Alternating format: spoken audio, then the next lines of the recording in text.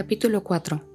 Primera comunión en el colegio, 1883-1886. Al hablar de las visitas a las Carmelitas, me viene a la memoria la primera, que tuvo lugar poco después de la entrada de Paulina. Me olvidé de hablar de ella más arriba, pero hay un detalle que no quiero omitir. La mañana del día en que debía ir al locutorio, reflexionando sola en la cama, pues era allí donde hacía yo mis meditaciones más profundas y donde, a diferencia de la esposa del Cantar de los Cantares, encontraba yo siempre a mi amado. Me preguntaba cómo me llamaría en el Carmelo. Sabía que había ya en él una Sor Teresa de Jesús. Sin embargo, no podían quitarme mi bonito nombre de Teresa. De pronto pensé en el niño Jesús, a quien tanto quería, y me dije, ¿cómo me gustaría llamarme Teresa del Niño Jesús? En el locutorio no dije nada del sueño que había tenido completamente despierta. Pero al preguntarle a Madre María de Gonzaga a las hermanas qué nombre me pondrían, se le ocurrió darme el nombre que yo había soñado. Me alegré enormemente y aquella feliz coincidencia de pensamientos me pareció una delicadeza de mi amado, el Niño Jesús. Estampas y lecturas. Me he olvidado también de algunos pequeños detalles de mi niñez de antes de tu entrada en el Carmelo. No te he hablado de mi amor a las estampas y a la lectura, y sin embargo, a las preciosas estampas que tú me dabas como premio, debo una de las más dulces alegrías y de las más fuertes impresiones que me han incitado a la práctica de la virtud. Me pasaba las horas muertas mirándolas. Por ejemplo, la florecita del Divino Prisionero era tan sugestiva que me quedaba ensimismada mirándola. Al ver que el nombre de Paulina estaba escrito al pie de la florecita, me hubiera gustado que el de Teresa estuviera también allí, y me ofrecía a Jesús para ser su florecita. No sabía jugar, pero me gustaba mucho la lectura, y me hubiera pasado la vida leyendo. Afortunadamente tenía unos ángeles de la tierra que me elegían unos libros, que a la vez que me distraían, alimentaban mi espíritu y mi corazón. Además, no podía dedicar a la lectura más que un determinado tiempo, lo cual era para mí motivo de grandes sacrificios, pues muchas veces tenía que interrumpirla en lo más interesante de un pasaje. Esta afición a la lectura duró hasta mi entrada en el Carmelo.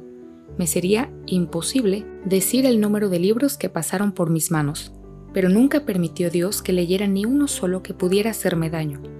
Es cierto que, al leer ciertos relatos caballerescos, no siempre percibía en un primer momento la realidad de la vida, pero pronto Dios me daba a entender que la verdadera gloria es la que ha de durar para siempre, y que para alcanzarla no es necesario hacer obras deslumbrantes, sino esconderse y practicar la virtud de manera que la mano izquierda no sepa lo que hace la derecha. Así, al leer los relatos de las hazañas patrióticas de las heroínas francesas, y en especial las de la venerable Juana de Arco, me venían grandes deseos de imitarlas. Me parecía sentir en mi interior el mismo ardor que las había animado a ellas y la misma inspiración celestial. Por entonces recibí una gracia que siempre he considerado como una de las más grandes de mi vida, ya que en esa edad no recibía las luces de que ahora me veo inundada. Pensé que había nacido para la gloria, y buscando la forma de alcanzarla, Dios me inspiró los sentimientos que acabo de escribir. Me hizo también comprender que mi gloria no brillaría ante los ojos de los mortales, sino que consistiría en llegar a ser una gran santa. Este deseo podría parecer temerario si se tiene en cuenta lo débil e imperfecta que yo era, y que aún soy, después de 7 años vividos en religión. No obstante, sigo teniendo la misma confianza audaz de llegar a ser una gran santa, pues no me apoyo en mis méritos, que no tengo ninguno, sino en aquel que es la virtud y la santidad mismas. Solo Él, contentándose con mis débiles esfuerzos, me elevará hasta Él y cubriéndome en sus méritos infinitos, me hará santa.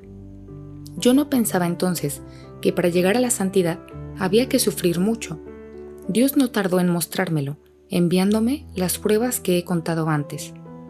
Ahora he de reanudar mi relato en el punto en que lo había dejado. 3 meses después de mi curación, papá nos llevó de viaje a Alençon. Era la primera vez que volvía allí, y fue muy grande mi alegría al volver a ver los parajes en los que había transcurrido mi niñez, y sobre todo al poder rezar sobre la tumba de mamá y pedirle que me protegiera siempre. Dios me concedió la gracia de no conocer el mundo, a no ser justo para despreciarlo y alejarme de él. Podría decir que durante mi estancia en Alençon fue cuando hice mi presentación en sociedad. Todo era alegría y felicidad en torno a mí. Me veía festejada, mimada, admirada. En una palabra, durante 15 días mi vida solo se vio sembrada de flores. Y confieso que aquella vida tenía sus encantos para mí. La sabiduría tiene mucha razón cuando dice: el hechizo de las bagatelas del mundo seduce hasta las mentes sin malicia. A los 10 años, el corazón se deja fácilmente deslumbrar. Por eso considero como una gracia muy grande el no haberme quedado en Alençon. Los amigos que teníamos allí eran demasiado mundanos y compaginaban demasiado las alegrías de la tierra con el servicio de Dios. No pensaban lo bastante en la muerte, y sin embargo la muerte ha venido a visitar a un gran número de personas a las que yo conocí, jóvenes, ricas y felices. Me gusta volver con el pensamiento a los lugares encantadores donde vivieron, preguntarme dónde están, qué les queda hoy de los castillos y los parques donde las vi disfrutar de las comodidades de la vida, y veo que todo es vanidad y aflicción de espíritu bajo el sol, y que el único bien que vale la pena es amar a Dios con todo el corazón y ser pobres de espíritu aquí en la tierra. Tal vez Jesús quiso mostrarme el mundo antes de hacerme la primera visita, para que eligiera más libremente el camino que iba a prometerle seguir. Primera comunión. La época de mi primera comunión ha quedado grabada en mi corazón como un recuerdo sin nubes. Creo que no podía estar mejor preparada de lo que lo estuve, y mis sufrimientos del alma desaparecieron durante casi un año. Jesús quería darme a gustar la alegría más plena posible en este valle de lágrimas. ¿Recuerdas, madre querida, el precioso librito que me preparaste 3 meses antes de mi primera comunión? Aquel librito me ayudó a prepararme metódica y rápidamente mi corazón, pues si bien es cierto que yo lo venía preparando desde hacía mucho tiempo, era necesario darle un nuevo impulso, llenarlo de flores nuevas para que Jesús pudiese descansar a gusto en él. Todos los días hacía un gran número de prácticas, que eran otras tantas flores. Decía también un número todavía mayor de jaculatorias, que tú me habías escrito para cada día en el librito, y esos actos de amor eran los capullos de las flores. Todas las semanas tú me escribías una linda cartita que me llenaba el alma de pensamientos profundos y me ayudaba a practicar la virtud. Aquella carta era un consuelo para tu pobre hijita, que hacía un sacrificio tan grande al aceptar que no fueras tú quien la preparara cada tarde en tu regazo como lo habías hecho con Celina. María reemplazó a Paulina, me sentaba en su regazo y allí escuchaba con avidez lo que me decía. Creo que todo su corazón tan grande y tan generoso se volcaba en el mío, como los grandes guerreros enseñan a sus hijos el oficio de las armas. Así me hablaba ella de las luchas de la vida y de la palma que se entregará a los vencedores. María me hablaba también de las riquezas inmortales que podemos atesorar fácilmente cada día y de la desgracia que sería pasar junto a ella sin querer tomarse la molestia de extender la mano para cogerlas. Luego me enseñaba la forma de ser santa por la fidelidad en las cosas más pequeñas. Me dio la hojita, el renunciamiento que yo meditaba con auténtico placer, y que elocuente que era mi querida madrina. Me hubiera gustado no ser yo la única que escuchase sus profundas enseñanzas. Me llegaban tan a lo hondo que en mi ingenuidad pensaba que hasta los más grandes pecadores se habrían conmovido como yo y que abandonando sus riquezas perecederas solo querrían ganar ya las del cielo. Hasta entonces nadie me había enseñado todavía la forma de hacer oración, a pesar de que tenía muchas ganas, pero María pensaba que era ya bastante piadosa y no me dejaba hacer más que mis oraciones. Un día una de las profesoras de la abadía me preguntó qué hacía los días libres cuando estaba sola. Yo le contesté que me metía en un espacio vacío que había detrás de mi cama y que podía cerrar fácilmente en la cortina, y que allí pensaba. ¿Y en qué piensas?, me dijo. Pienso en Dios, en la vida, en la eternidad. Bueno, pienso. La religiosa se rió mucho de mí. Más tarde, le gustaba recordarme aquel tiempo en que yo pensaba, y me preguntaba si todavía seguía pensando. Ahora comprendo que, sin saberlo, hacía oración, y que ya Dios me instruía en lo secreto. Los 3 meses de preparación pasaron rápidamente y pronto tuve que entrar en ejercicios y para ello hacerme pensionista interna y dormir en la abadía. Me resulta imposible expresar el dulce recuerdo que me dejaron estos ejercicios. Verdaderamente, si había sufrido mucho en el internado, la dicha inefable de aquellos pocos días pasados a la espera de Jesús me compensó abundantemente. No creo que se puedan saborear estas alegrías en otra parte que en las comunidades religiosas. Como éramos pocas niñas, era fácil ocuparse de cada una en particular, y nuestras profesoras nos prodigaron en esos días unos cuidados verdaderamente maternales. De mí se ocupaban aún más que de las otras. Todas las noches, la primera profesora venía con su linternita a darme un beso en la cama y me demostraba un gran cariño. Una noche, ganada por su bondad, le dije que iba a confiarle un secreto, y sacando misteriosamente mi precioso librito de debajo de la almohada, se lo enseñé con los ojos resplandecientes de alegría. Por la mañana, me resultaba muy divertido ver a todas las alumnas levantarse apenas nos despertaban y hacer lo que todas, pero yo no estaba acostumbrada a arreglarme sola y María no estaba allí para rizarme el pelo, así que tenía que ir tímidamente a presentar mi peine a la profesora encargada del cuarto del tocador, la cual se reía al ver a una jovencita de 11 años que no sabía arreglarse por sí sola, pero me peinaba, aunque no con la delicadeza de María. Sin embargo, no me atrevía a chillar, como hacía todos los días bajo la delicada mano de mi madrina. Durante estos ejercicios pude comprobar que era una niña mimada y rodeada de cariño como pocas en el mundo, sobre todo entre las niñas huérfanas de madre.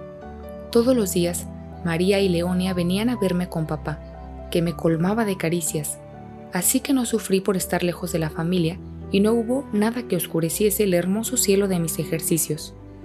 Escuchaba con mucha atención las pláticas que nos daba el señor Abate Domín y hasta escribía un resumen de las mismas.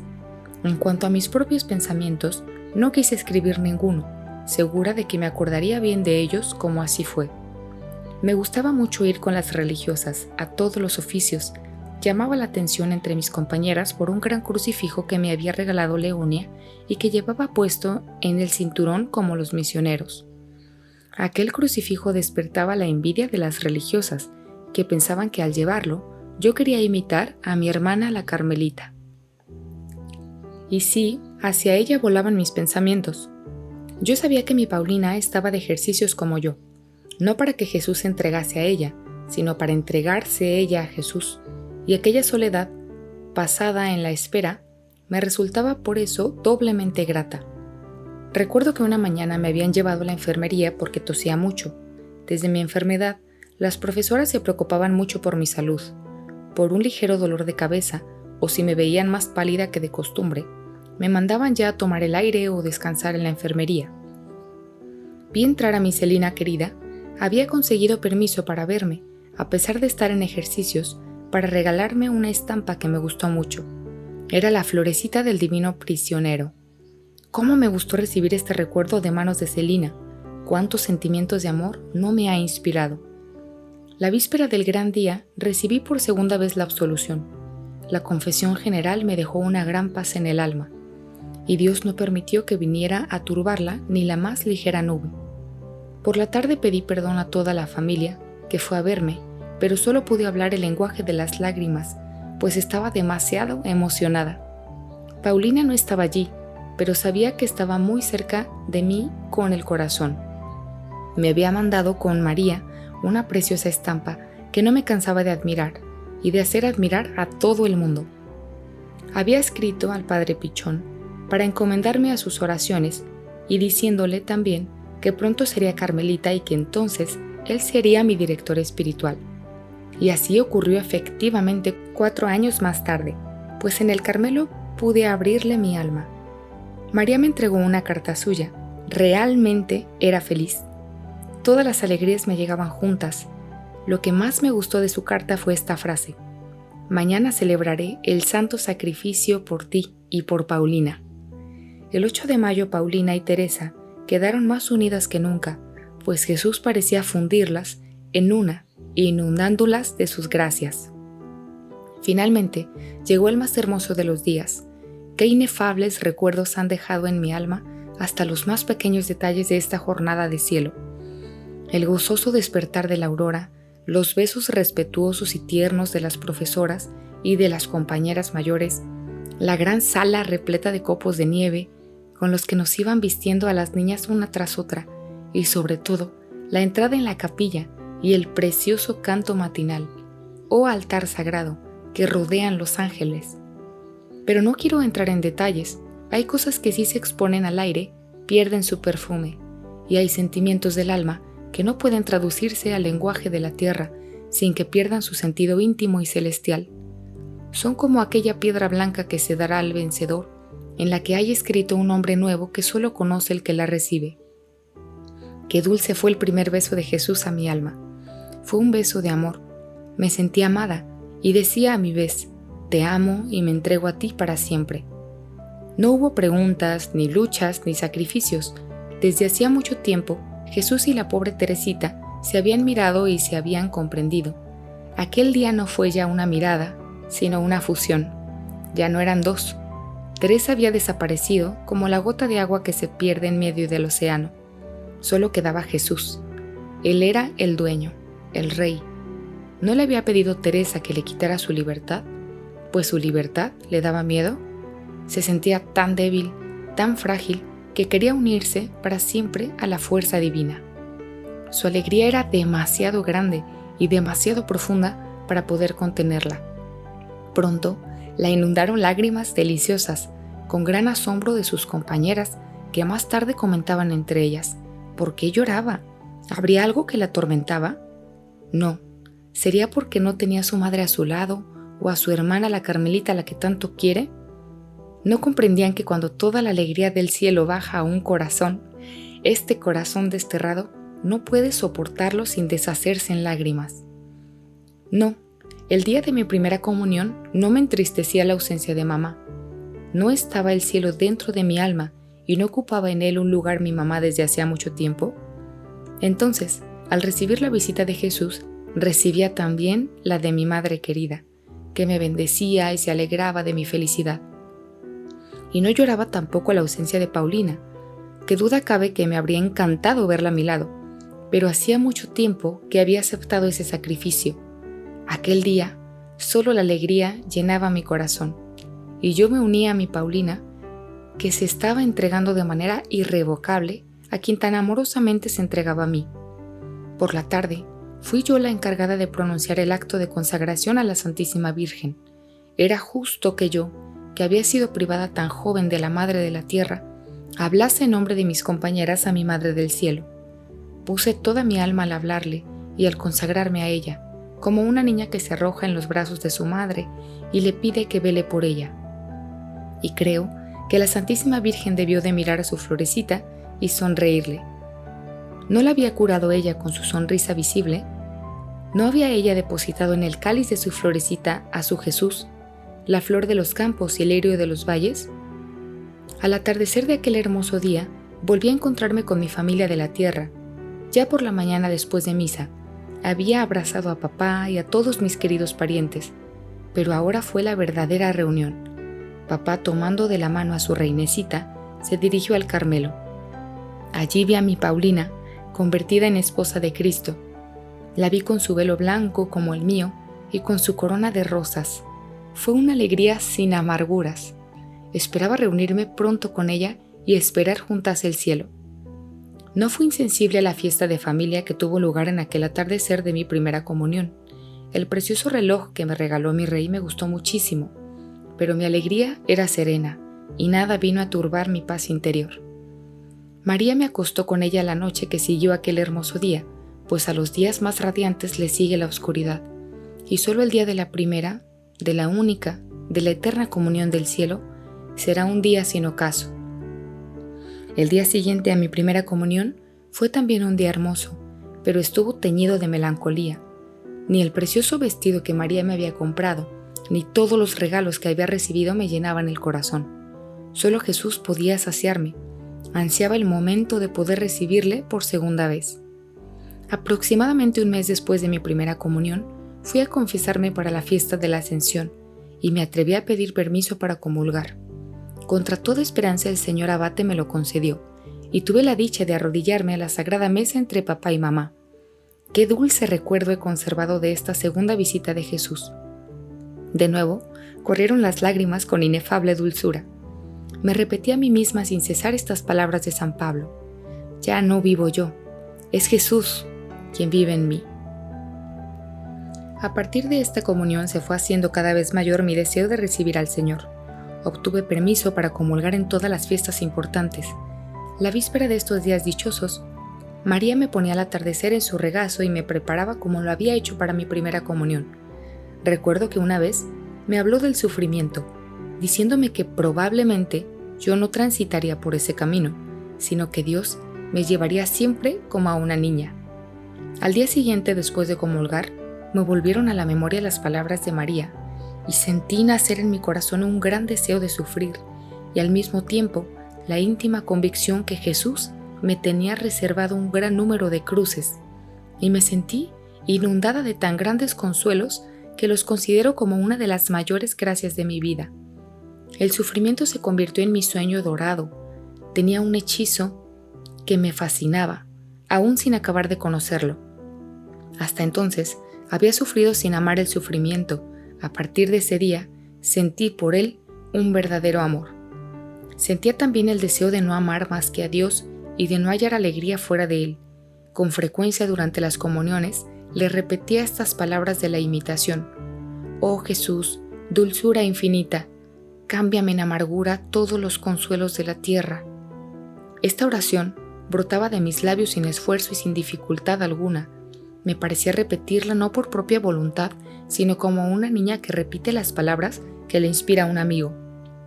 Más adelante te diré, madre querida, cómo tuvo a bien Jesús hacer realidad mi deseo y cómo solo Él fue siempre mi dulzura inefable. Si te hablase de ello ahora, tendría que anticipar el relato de mis años de juventud y aún me quedan por contar muchos detalles de mi vida de niña. Confirmación. Poco después de mi primera comunión, entré de nuevo en ejercicios espirituales para la confirmación. Me preparé con gran esmero para recibir la visita del Espíritu Santo. No entendía cómo no se cuidaba mucho la recepción de este sacramento de amor. Normalmente para la confirmación solo se hacía un día de retiro, pero como Monseñor no pudo venir para el día fijado, tuve el consuelo de pasar 2 días de soledad. Para distraernos, la profesora nos llevó al Monte Cassino, donde cogí a manos llenas margaritas gigantes para la fiesta del Corpus. ¡Qué gozo sentía en el alma! Al igual que los apóstoles, esperaba jubilosa la visita del Espíritu Santo. Me alegraba el pensar que pronto sería una cristiana perfecta y sobre todo que iba a llevar eternamente marcada en la frente la cruz misteriosa que traza el obispo al administrar este sacramento. Por fin llegó el momento feliz. No sentí ningún viento impetuoso al descender el Espíritu Santo, sino más bien aquella brisa tenue cuyo susurro escuchó Elías en el monte Horeb. Aquel día recibí la fortaleza para sufrir, ya que pronto iba a comenzar el martirio de mi alma. Mi Leonia querida fue la madrina y estaba tan emocionada que no dejó de llorar durante toda la ceremonia. Recibió conmigo la Sagrada Comunión, pues aquel día feliz tuve la dicha de volver a unirme a Jesús. Pasadas estas fiestas deliciosas e inolvidables, mi vida volvió a la normalidad, es decir, tuve que reanudar la vida de pensionista que tan penosa me resultaba.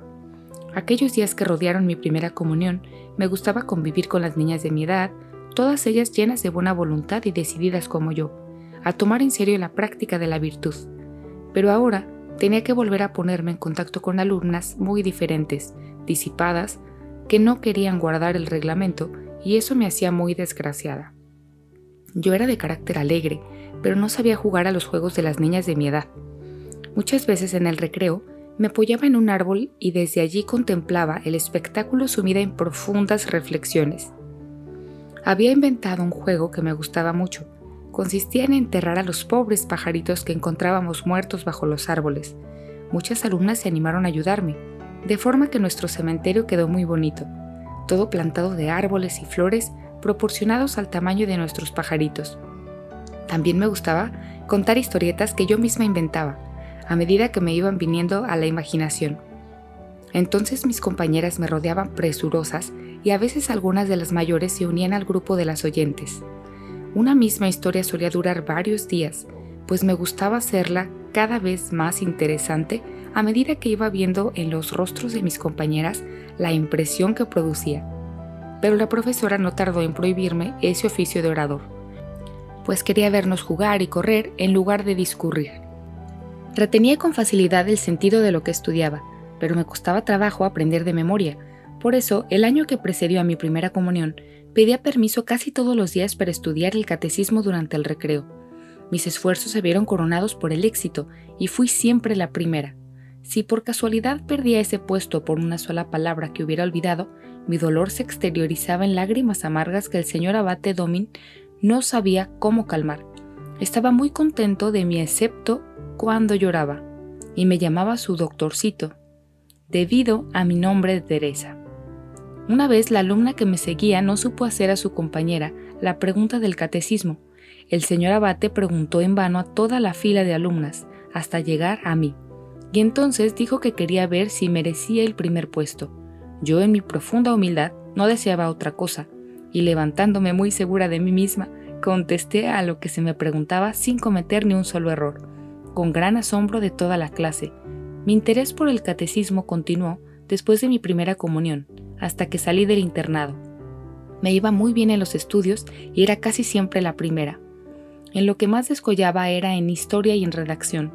Todas mis profesoras me tenían por una alumna muy inteligente, pero no sucedía lo mismo en casa de mi tío, donde pasaba por ser una pequeña ignorante, buena y dulce, sí, pero poco capaz y torpe.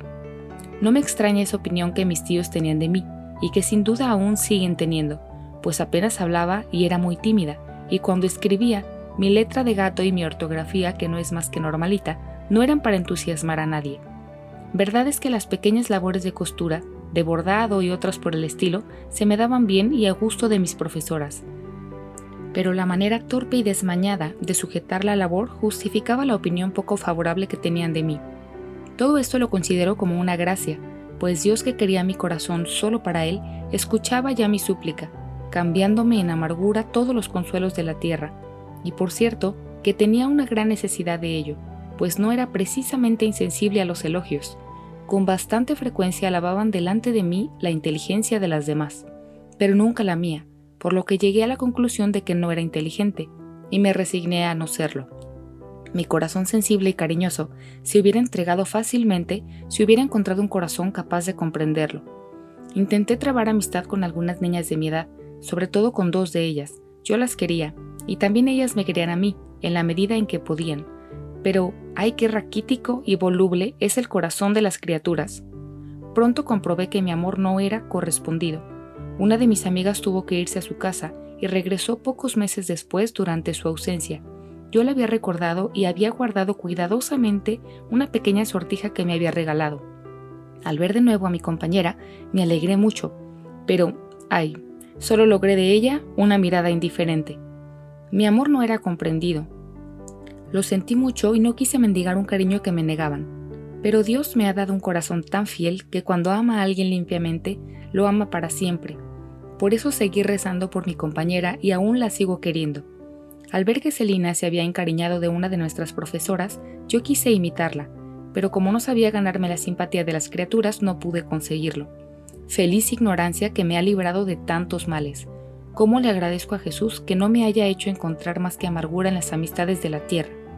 Con un corazón como el mío, me habría dejado atrapar y cortar las alas, y entonces, ¿cómo hubiera podido volar y hallar reposo?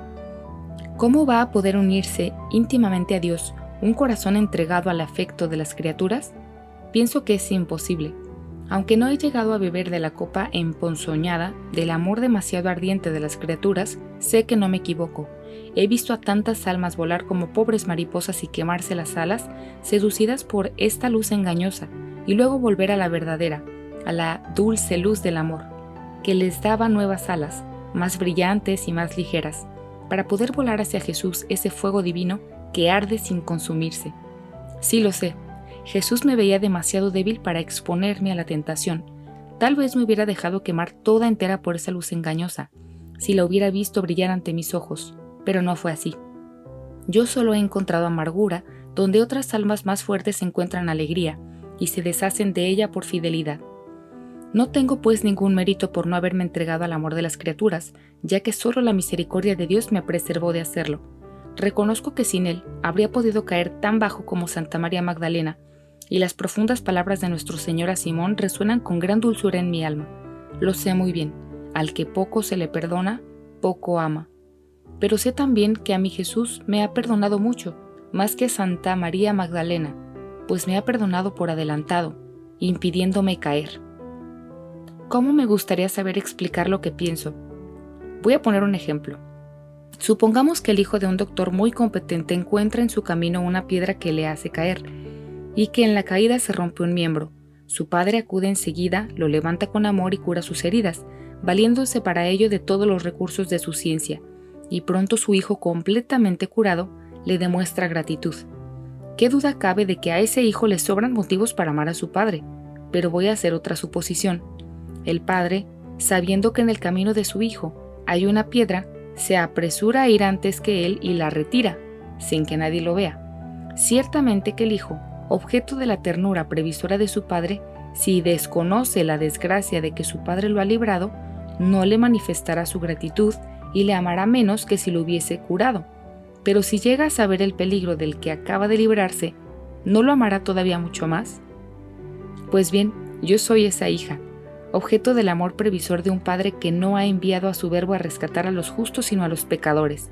Él quiere que yo le ame, porque me ha perdonado, no mucho, sino todo. No ha esperado a que yo le ame mucho como Santa María Magdalena, sino que ha querido que yo sepa hasta qué punto Él me ha amado a mí, con un amor de admirable prevención, para que ahora yo le ame a Él con locura. He oído decir que no se ha encontrado todavía un alma pura que haya amado más que un alma arrepentida. ¿Cómo me gustaría desmentir esas palabras? Enfermedad de los escrúpulos. Veo que me ha alejado mucho del tema, así que me apresuro a volver a él. El año que siguió a mi primera comunión transcurrió casi todo él sin pruebas interiores para mi alma, pero durante el retiro para la segunda comunión me vi asaltada por la terrible enfermedad de los escrúpulos.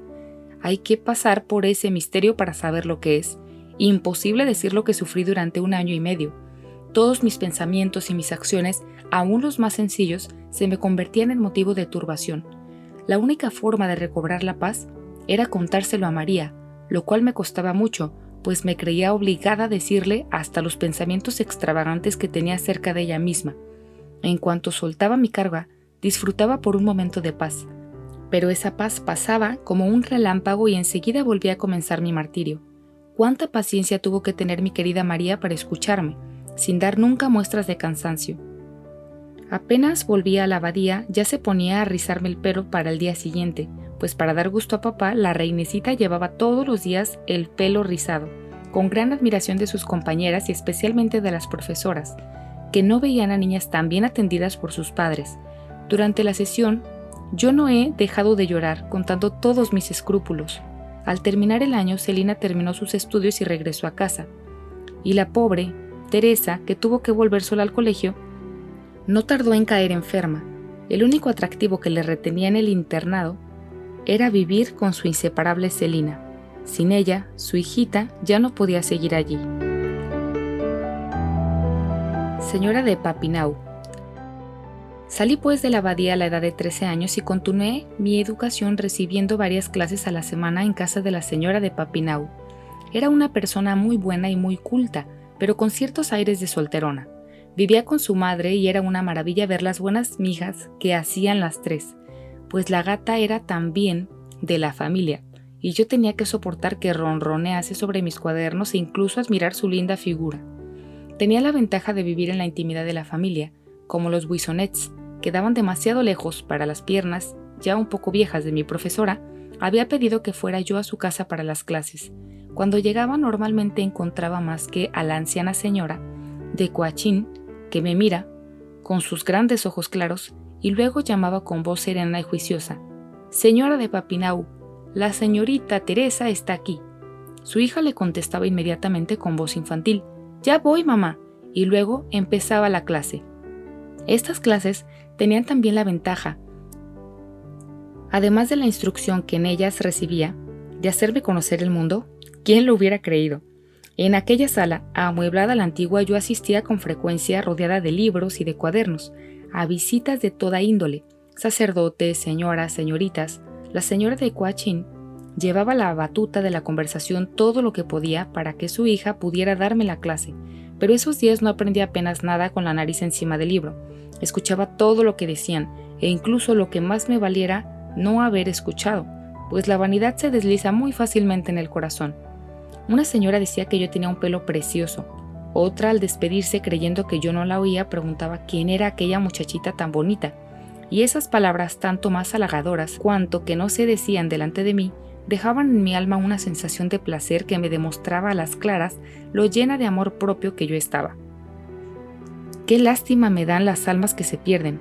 ¿Es tan fácil extraviarse por los senderos floridos del mundo?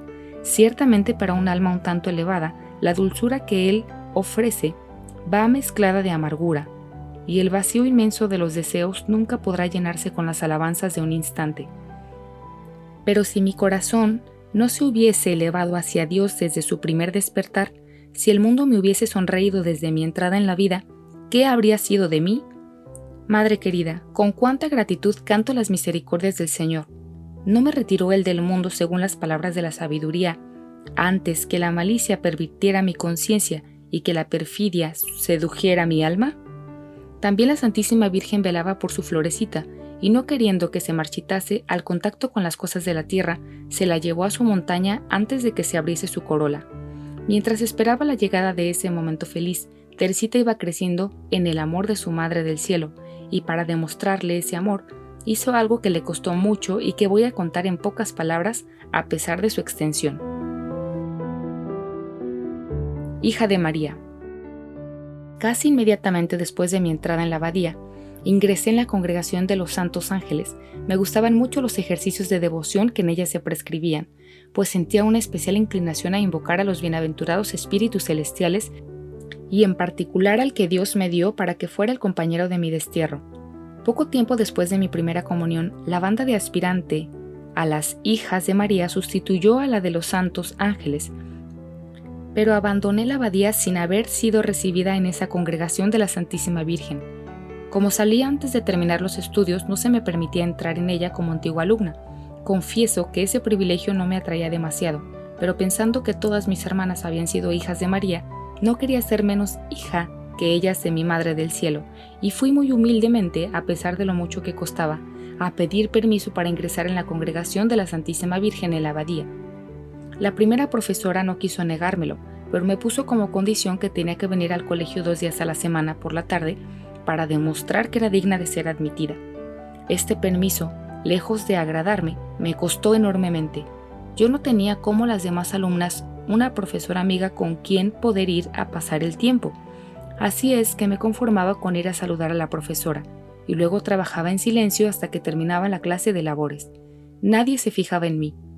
Así que subía a la tribuna de la capilla y me estaba allí, delante del Santísimo, hasta que papá venía a buscarme. Este era mi único consuelo. ¿No era acaso Jesús mi único amigo? No sabía hablar con nadie más que con él. Las conversaciones son las criaturas, incluso las conversaciones piadosas. Me cansaban el alma. Sentía que vale más hablar con Dios que hablar de Dios, pues se suele mezclar tanto amor propio en las conversaciones espirituales. Solo por la Santísima Virgen iba a la abadía. A veces me sentía sola, muy sola, como en los días de mi vida de internado. Cuando me paseaba triste y enferma por el enorme patio, yo repetía siempre estas palabras que hacían renacer siempre la paz y la fuerza en mi corazón. La vida es tu navío, no tu morada. Cuando era pequeñita estas palabras me levantaban la moral, y todavía hoy, a pesar de los años, que hacen que desaparezcan tantos sentimientos de piedad infantil. La imagen del navío sigue cautivando mi alma y le ayuda a soportar el destierro. ¿No dice la sabiduría que la vida es como nave que surca las aguas agitadas sin dejar rastro alguno de su travesía?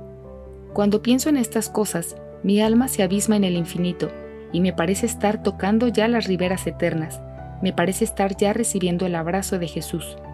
Creo ver a mi Madre del Cielo, salirme al encuentro con papá, con mamá y con los 4 angelitos. Creo estar gozando por fin, para siempre, de la verdadera, de la única vida de familia.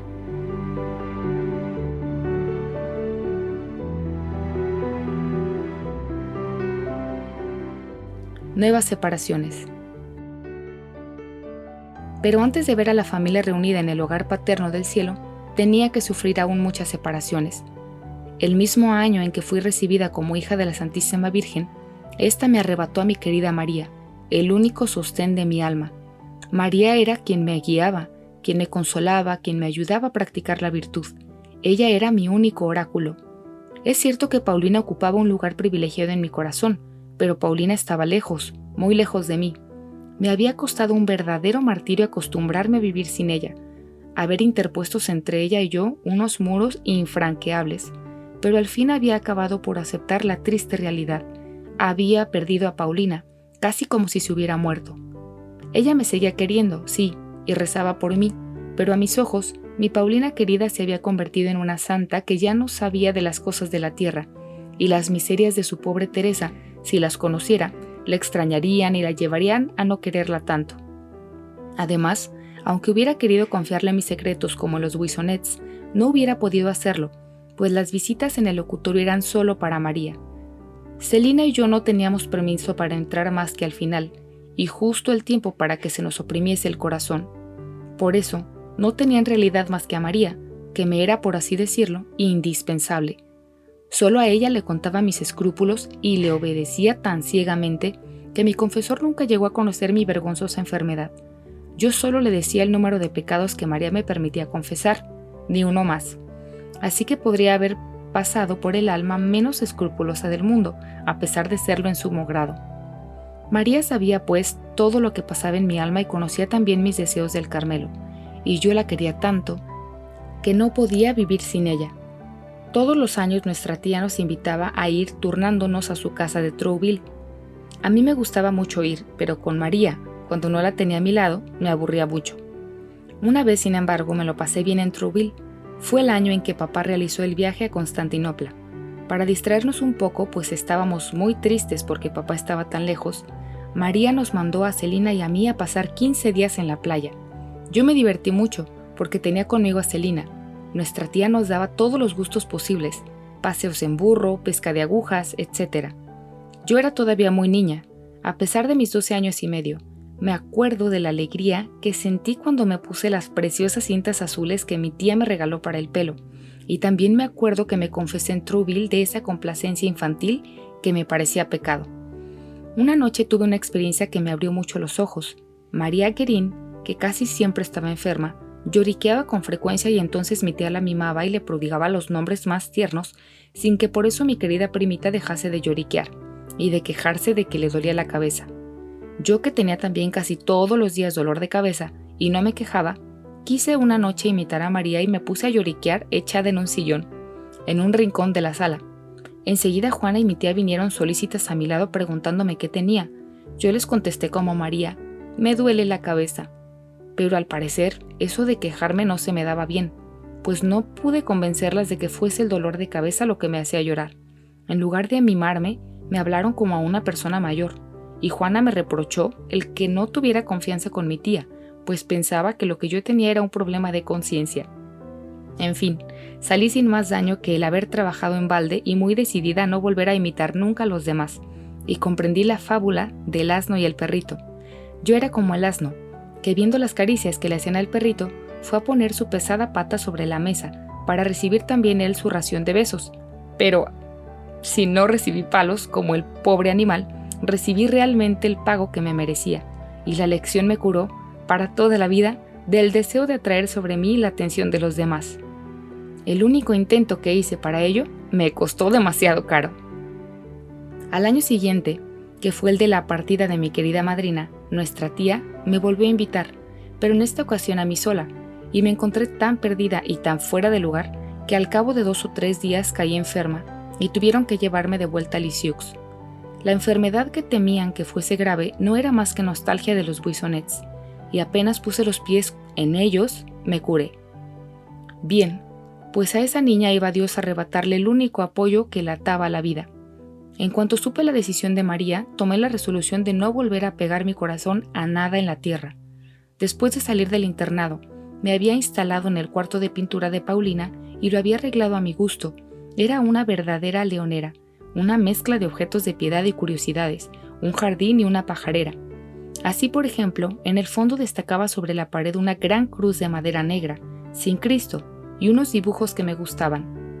En otra pared, una cesta adornada con muselina y con cintas de color rosa con hierbas finas y flores. Finalmente, en la otra pared, campeaba el retrato de Paulina a los 10 años, y bajo este retrato tenía una mesa sobre la que estaba colocada una gran jaula en la que había encerrado un gran número de pájaros, cuyo gorjeo melodioso aturdía a los visitantes, pero no a su amita, que los quería mucho.